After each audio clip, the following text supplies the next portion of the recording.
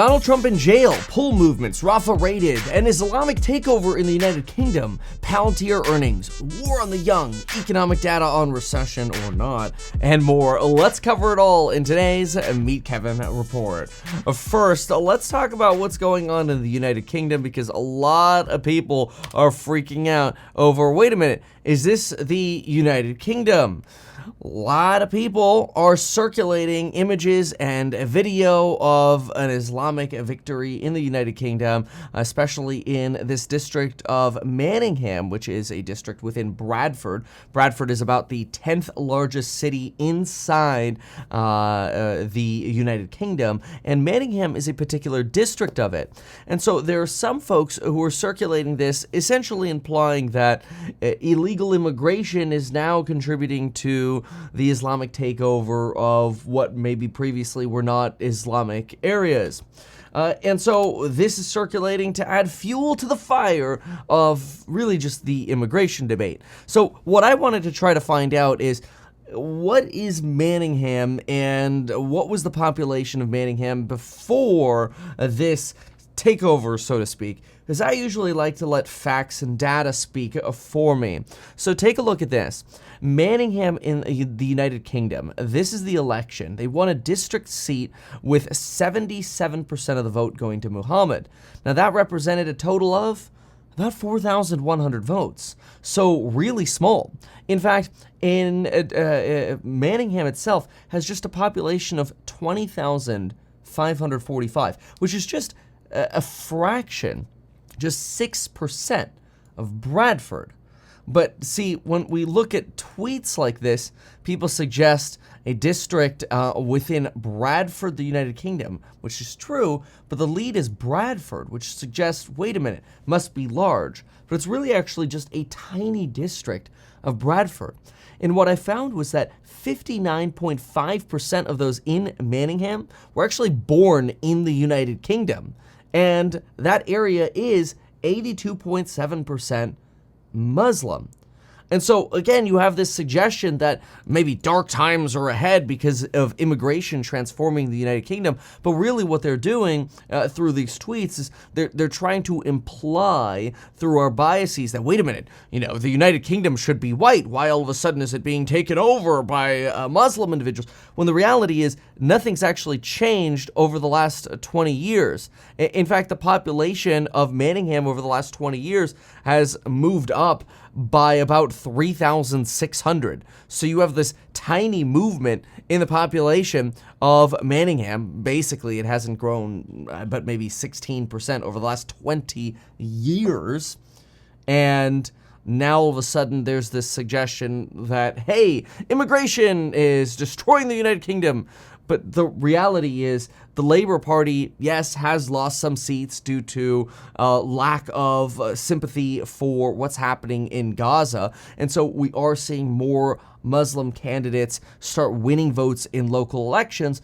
But at least according to a writer over at the Wall Street Journal, most of the issues in the United Kingdom are decided at a national level, and local elections have much less power than they do in the United States. They do affect law enforcement, but again, a lot of these seats are being won in areas that kind of always have been relatively Muslim-centric. So I don't know if it's exactly fair to circulate images like this and say, hey, immigration is destroying the country. Now, that's not to say that immigration fears don't exist. I mean, consider, for example, the anti-Muslim fears that are going on in Germany. And Germans now apparently are fearing, quote, becoming the minority. I do personally hear this from Germans as well when I visit Germany, so this is not something that I only see reported on the internet. I also hear this in person. So this is a real fear that people have. Jung Freiheit newspaper suggests that through a poll they conducted, 57% believe that in certain areas of my city or village, I have a feeling that I am no longer in Germany, and 54% are, quote, afraid that Germans would become a minority in Germany. Now, what's interesting is the AfD, the Alternative für Deutschland, Alternative for Germany, political party, was gaining a lot of popularity on anti-immigration in 2023, but they actually lost a lot of their lead after nationwide protests when the AfD was accused of attending remigration meetings to basically send migrants back to their countries.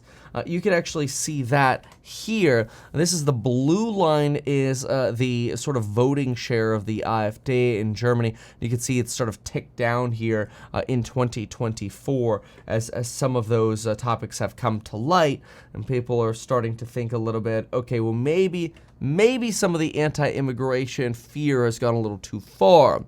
But what is also concerning is that, a lot regarding protests around Gaza and really the frustration with the killing of innocent children, men, and women who were uninvolved with Hamas is spreading around the world.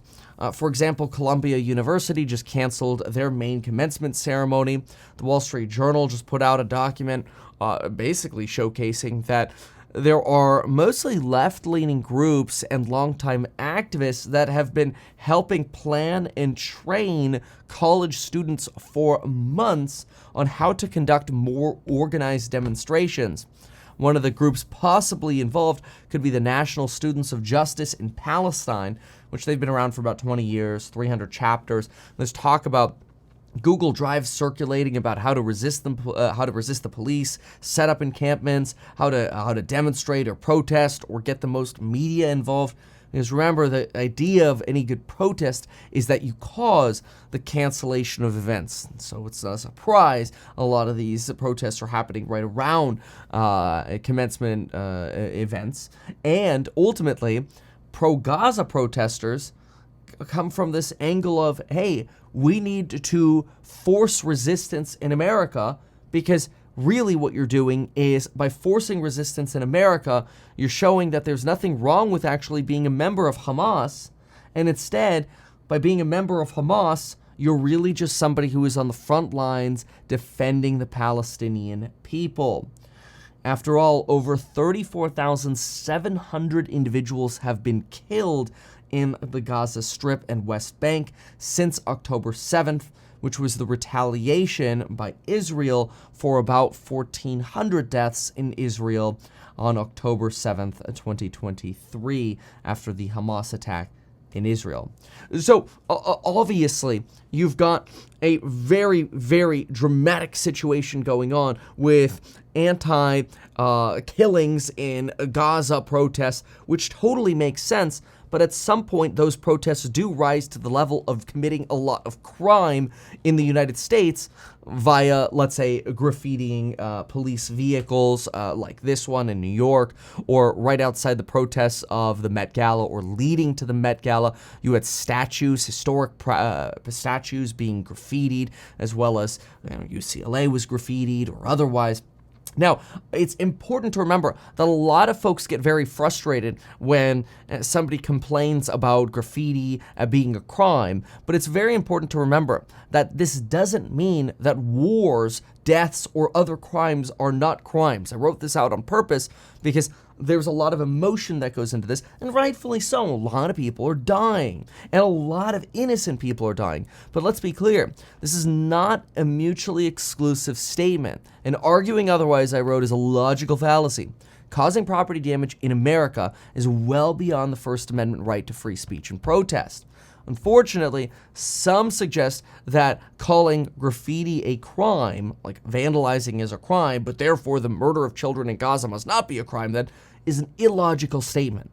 So we have to sort of, at least in talking and addressing the issues, remember that when we make illogical statements, what we really do is sow hate, division, and frustration. So yes, it is true that the murder of innocent people can be a crime. But at the same time as the murder of innocent people can be a crime, so can vandalism. Now, do keep in mind that in, let's say, UCLA, now obviously keep in mind if there is a crime committed on a UCLA campus, we would expect that crime to go punished.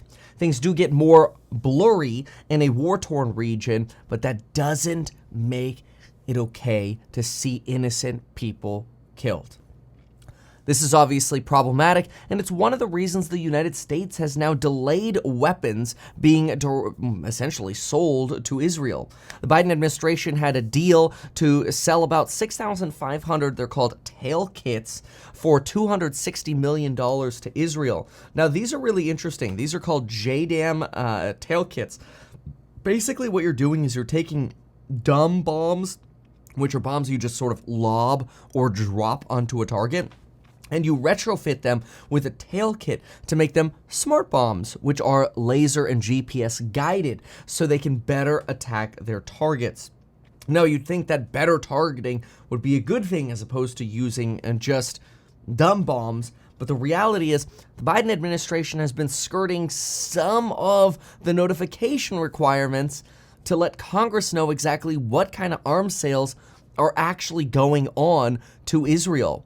Some other deals currently in the works are $700 million for 120 millimeter rounds for tanks, $500 million for tactical vehicles, $100 million in mortar rounds. Remember, the United States provides the most military aid to Israel out of anyone in the world. Boeing manufactures these particular JDAM kits, and the United States has pressured Israel not to go into Rafah, as Israel is, despite all this, now going into Rafah. The Biden administration is trying to pull back some of that potential funding and aid. Now, there are also ceasefire talks right now. Monday night, strikes against Hamas targets did take place, though, in Rafah, right after these last-minute ceasefire deals were beginning to come together, at least per Hamas. Al Jazeera reported that there was a three-phase deal of a temporary cessation in hostilities, a withdrawal of Israeli forces to the east, so the less populated regions of Israel, of the Gaza Strip, move Israeli troops towards those less populated regions, get captives starting to be released, stop flying Israeli warplanes over Gaza for 10 to 12 hours a day, as more hostages are released. Phase 2, end hostilities permanently, completely withdraw the IDF. And Phase 3, the 3 to 5 year reconstruction of the Gaza Strip, which, as we've already seen on social media, BlackRock and some architects and real estate firms are already drawing up beachfront mansions for, which is very insensitive right now, especially given the pain and suffering happening in the Gaza Strip and West Bank. Now, note the Israeli media is suggesting that Hamas's support for the deal is just a ruse for the deal to suggest Israel is not accepting the deal, when the reality Israel says is, no, that's not the deal we came up with. So you've still got some challenges going on, especially given that now you have Israel rolling into the Rafah crossing and taking control of the Israeli side of that crossing into Egypt. It doesn't help that there are images circulating of this Israeli tank running over essentially the Welcome to Gaza sign and crushing it and running over the Palestinian flags, and then Palestinian flags at the border being replaced by Israeli flags. That probably doesn't help tensions and hate. It probably also doesn't help that Egypt is setting up a 100,000 massively walled compound just for refugees. And this is an example of what refugee camps look like. This is not a pleasant living. It is obviously better to live in this situation than to live under the threat of aerial bombardment and then seeing your family get destroyed and torn apart because Hamas might be hiding amongst you. But this is clearly a human travesty, and ultimately people living in tent cities in Egypt or in southern Gaza is not sustainable. Now, moving on from what's happening in Israel and the Gaza Strip, obviously, I certainly hope that the ceasefire deal can be held and maintained. It's worth talking briefly about Apple. Warren Buffett sold some Apple, and a lot of folks are freaking out that maybe that's a sign that the good days for Apple are officially over.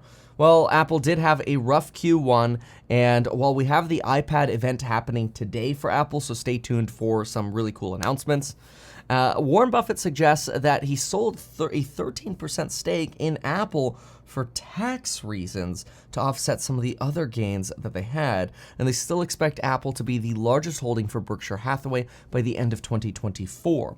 I also personally still anticipate that Apple will release their own product refresh cycle with enhanced AI-focused chips.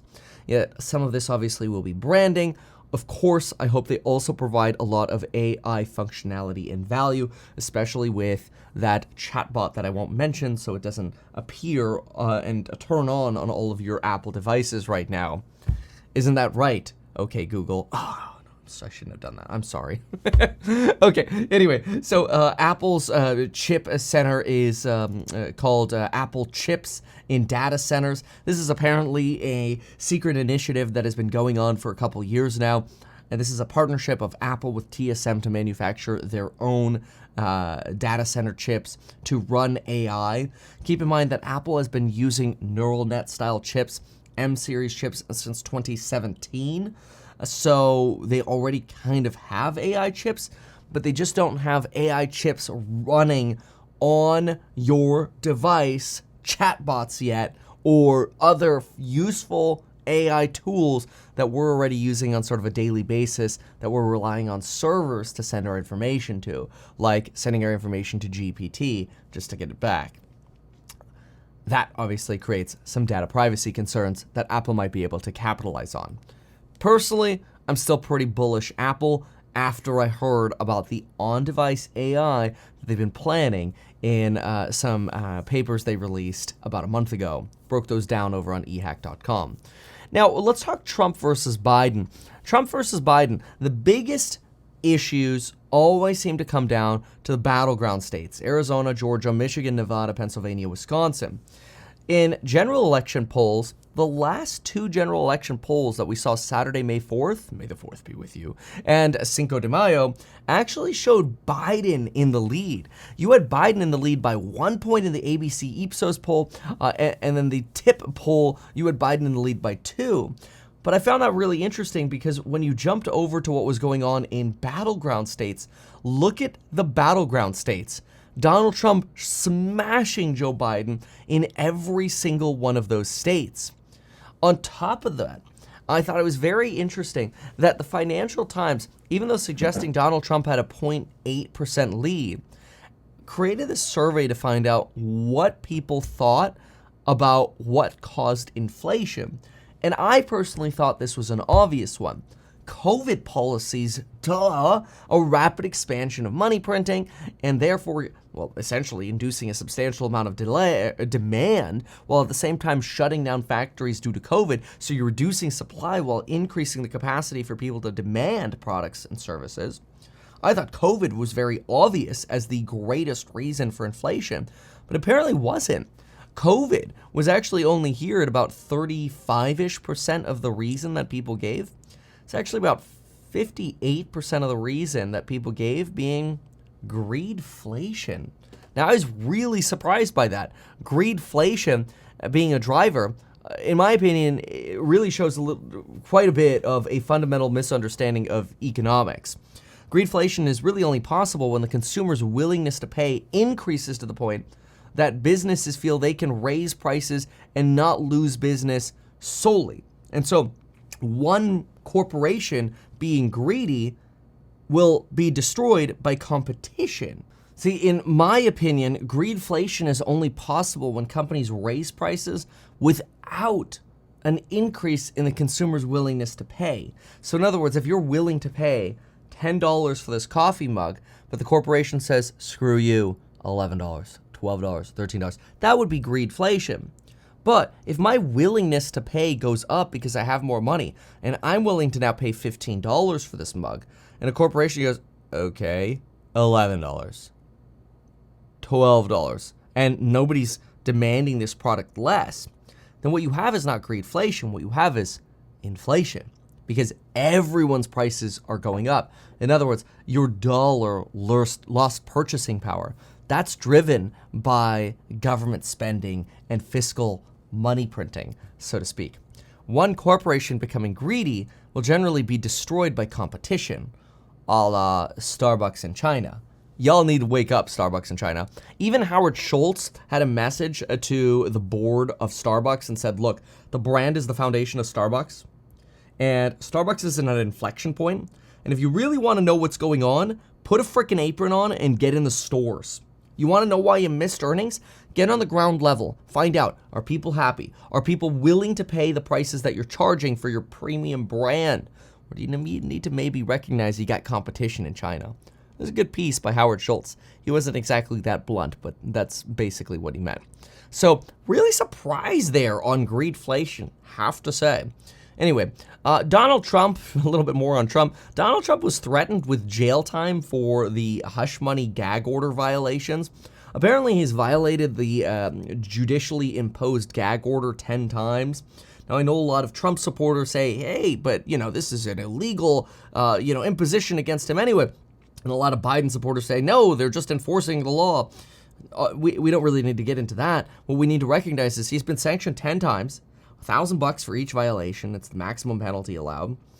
And of course, now that the judge is rising this to a level of suggesting, look, the next step is jail time, I thought to myself, that'd probably honestly just be perfect for the Trump campaign because of the amount of political donations they would get if Donald Trump spent a night in jail. Wild time we live in, I recognize that. Sending a former president to jail would seem like incredibly remarkable. But again, it would be great for Donald Trump's donations. And Donald Trump, I believe, knows this. And this is why he's already started to brand the potential of him spending a night in jail. He's sort of pre-running. That's right. They might throw me in jail. Why? Why would he be willing to spend a night in jail? Quote, our Constitution is much more important than jail. It's not even close. I'll give that sacrifice any day. Talk about a master of marketing. You have to give him credit where that credit is due. He's basically walking himself into jail, but then branding it as defending the Constitution. I mean, I get it. He's defending his First Amendment right to free speech, which does violate court rules, but then again, his argument is that he shouldn't be in court in the first place. Does that make it right? That is up to you.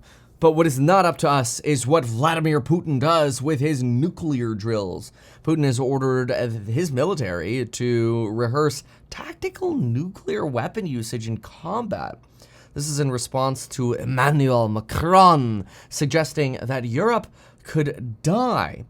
And this was part of an April 28th speech where he suggested that nuclear weapons should be part of the European defense debate. Now, Macron also hosted Xi Jinping in Paris, where China promised to help de-escalate tensions with the Russia-Ukraine disaster. But apparently, Macron's statements on nuclear weapons just aggravated Putin even more. It's quite unfortunate. In other news, Scott Galloway put this really good TED piece together. It was like 30 minutes long. I encourage you to watch it, but I'll give you a quick overview. He suggests, if we love our children, why is it so much harder for younger generations to participate in buying cars, going to college, or acquiring housing and income? And he talks about America's war on the young. He talks about how, why is it fair that today it's so much harder for people to go to college, given that it takes about 42% of people's income to go to college today, whereas for our grandparents, it cost about 14%, or our parents, it cost 17%. Or housing prices used to cost 3 times our income, now they cost 7 times our income. We must hate our children if this is the economy that we're okay with. This is Scott Galloway's point of view. And what he argues is that there's been this massive wealth transfer of those under 30 controlling about 12% of U.S. wealth to under 7% today, a big transition over the last 40 to 50 years. He suggests that wealth is being concentrated amongst older generations, and older generations are purposefully building fewer homes to preserve their wealth, while at the same time expecting younger generations to pay for them through entitlement programs such as Social Security. Now, of course, the flip side argument is that Social Security was paid into by older generations, and they're just getting back what they were promised. Obviously, the sustainability of Social Security is something that's really important and should be talked about, especially for those who don't actually need Social Security but collect it. But there's also the fairness question of they did pay into it. However, getting entitlement reform done is basically almost impossible rather, and that's something that Scott Galloway talked about as well, because older generations vote. And Scott Galloway rightly puts it by saying, that's representative democracy for you. Nobody wants to touch entitlement reform because they know as soon as they touch something like Social Security, like raising the distribution age for Social Security, they won't get elected. Now, something that Scott Galloway does talk about that I think is really valuable is talking about how colleges have basically become hedge funds offering classes because they collect so much money but barely increase enrollment. It's like they collect more money to teach fewer children per dollar received. And so what we should do is figure out how to reduce tuitions, expand enrollment, and increase vocational programs like trade schools. Big fan here, by the way. When I ran for governor of California, I ran on the premise of creating future schools, which would leave every Californian graduating with a trade skill at 18, capable of functioning in today's society on day one out of high school rather, without college. Practical skills by 18. That's what's missing from today's curricula, including financial education. Is it really that hard? Apparently, yes, it is. Now, Scott Galloway also moves on to suggest that Mark Zuckerberg is evil and we must hate our children because no child should be on social media under 16. There are definitely a lot of divisive feelings that come out of using Instagram, TikTok, and X, I found. And so I try to limit my personal usage to those devices, or apps rather, to just using them on a web browser on a computer, because I just find that is less of a time suck. But that's another issue that really everybody can debate. Leave a comment down below. For now, though, let's talk economic data and then Palantir. Real GDP is currently estimated at 3.3%, which is pretty remarkable, given that it feels like the economy should be showing signs of softening, but it just isn't. Maybe in the labor market it's starting to, and maybe some cracks are starting to form, but 3.3%, pretty strong. The Cleveland Nowcast suggests that headline inflation might go negative next month. I personally think a lot of that has to do with the collapse in oil prices. So if you really want to know what's going on with headline inflation, do also pay attention to the collapse in oil prices. All of April has had oil prices collapse. And remember, this gets measured in thirds. So they'll take the first third, second third, and last third, average the oil prices, and factor that into headline inflation for gas, energy expenditures, and otherwise. So we should have some hit to the downside on that headline, but the Nowcast still shows core running at about 3.6% annualized, which is pretty hot. So you do have some issues, and you still got inflation moving up. TS Lombard hits on inflation break-evens, basically amplifying this as well. Consider this upsurge here in inflation break-evens. It just shows you the trend. Yes, it's come down recently, but this run-up has really thrown a little bit of a wrench into the idea of immaculate disinflation. TS Lombard is suggesting you're seeing this in the United Kingdom as well. Not great, but they are arguing that the looser financial conditions that we've seen just don't matter to the Fed right now. SocGen thinks we're not going to see rate cuts in 2025. And JP Morgan says, you know what? U.S. exceptionalism could keep the USD high relative to other currencies, which is a little bit of a problem for earnings in the United States, since earnings in the U.S. would take more of a foreign exchange hit. JP Morgan thinks that we're in a place where earnings expectations, or consensus expectations, are just way too high going into the second quarter earnings. Obviously, we just got Q1 earnings, and so we've got a little bit of work to do before we get to Q2, but Q2 earnings could just be too high. One of my favorite analogies that I like to use is just think about Apple with an iPad. Let's say you buy an Apple iPad for $1,000 in America. Apple gets roughly $1,000. But if you buy an Apple iPad for the equivalent of, let's say, $1,300 in France, that has to be converted into dollars. And if those dollars convert into $1,000, great, no foreign exchange hit. But what if they only convert into $900?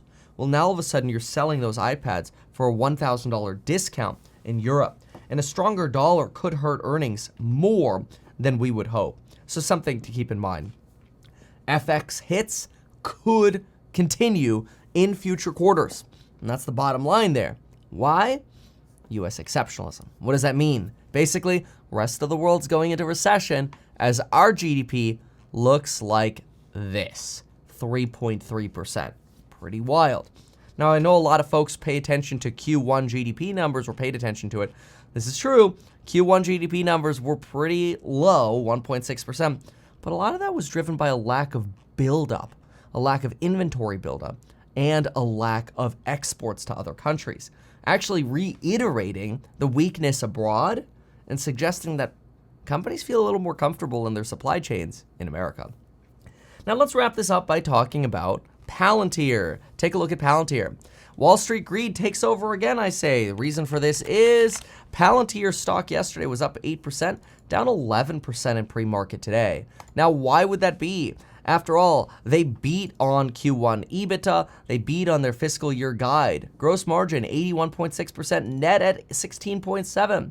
Their sales and administration growth literally grew by 3%, while they had headline growth growing by 20.7%. They have over $127 million of free cash flow. So you're actually doing really well as a SaaS business here. You're taking 16.7% of the bottom line. You're profitable, largely free cash flowing business, mega balance sheet. What's happening? Well, you're seeing a little bit of a slowdown in certain sectors. Where are those sectors? Specifically, Europe and outside of the United States. In fact, they try not to highlight outside the United States because headwinds with GDP, quote, trending towards zero, they suggest, are slowing down adoption of their companies' services in other countries. And so a slowdown around the rest of the world is affecting Palantir. They've only got about a quarter of their revenue coming from the United States. So that's a little bit of an oopsie-doopsie when it comes to their ability to expand their revenues, especially with this line right here. This line was definitely one form of a nail in the coffin for Palantir on the downside. Only about 10% of companies actually have AI-ready data. So while they're closing more deals, they're not making as much money up front because they're actually having to help companies get into the correct data first. And as a result, you're getting some frustration. Like, a lot of what slows us down is people pretending they're competing with us. This feels a little bitter.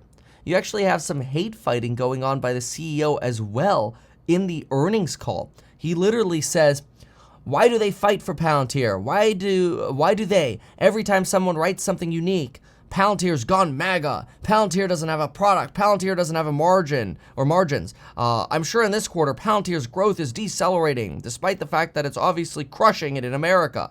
See that frustration?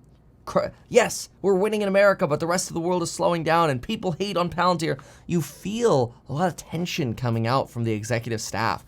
They literally say on their earnings call, we knew it was bullshit. We're winning in America. We're doing really well.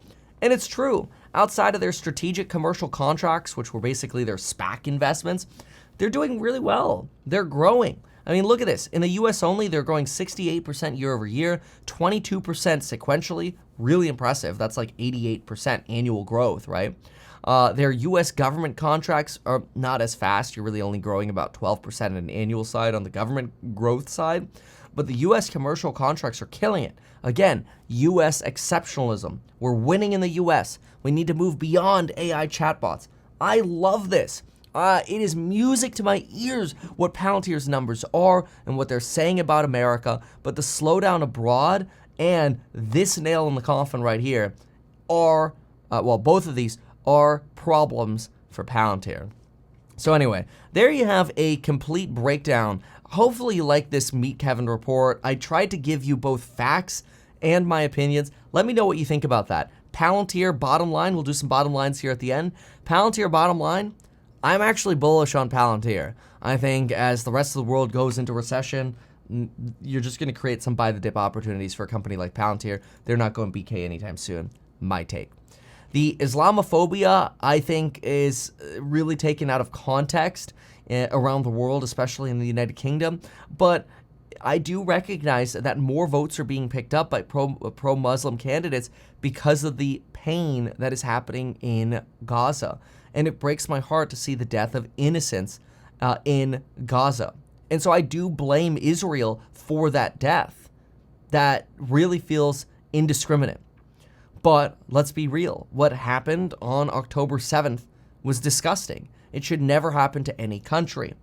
Does it justify the 30x killing of probably 40 to 50% of that being children? Absolutely not. I have 7 children, and it breaks my heart. Does that justify graffitiing our campuses or our statues? No. I hope the peace deal can go through. I think we're close to a peace deal. I'm hopeful, but then again, I was hopeful that this war would have ended a long time ago. I think Vladimir Putin is waving his saber again, and I think it's actually probably good that we start pulling back on some of the weapons funding. I think the military-industrial complex has gone a little too far.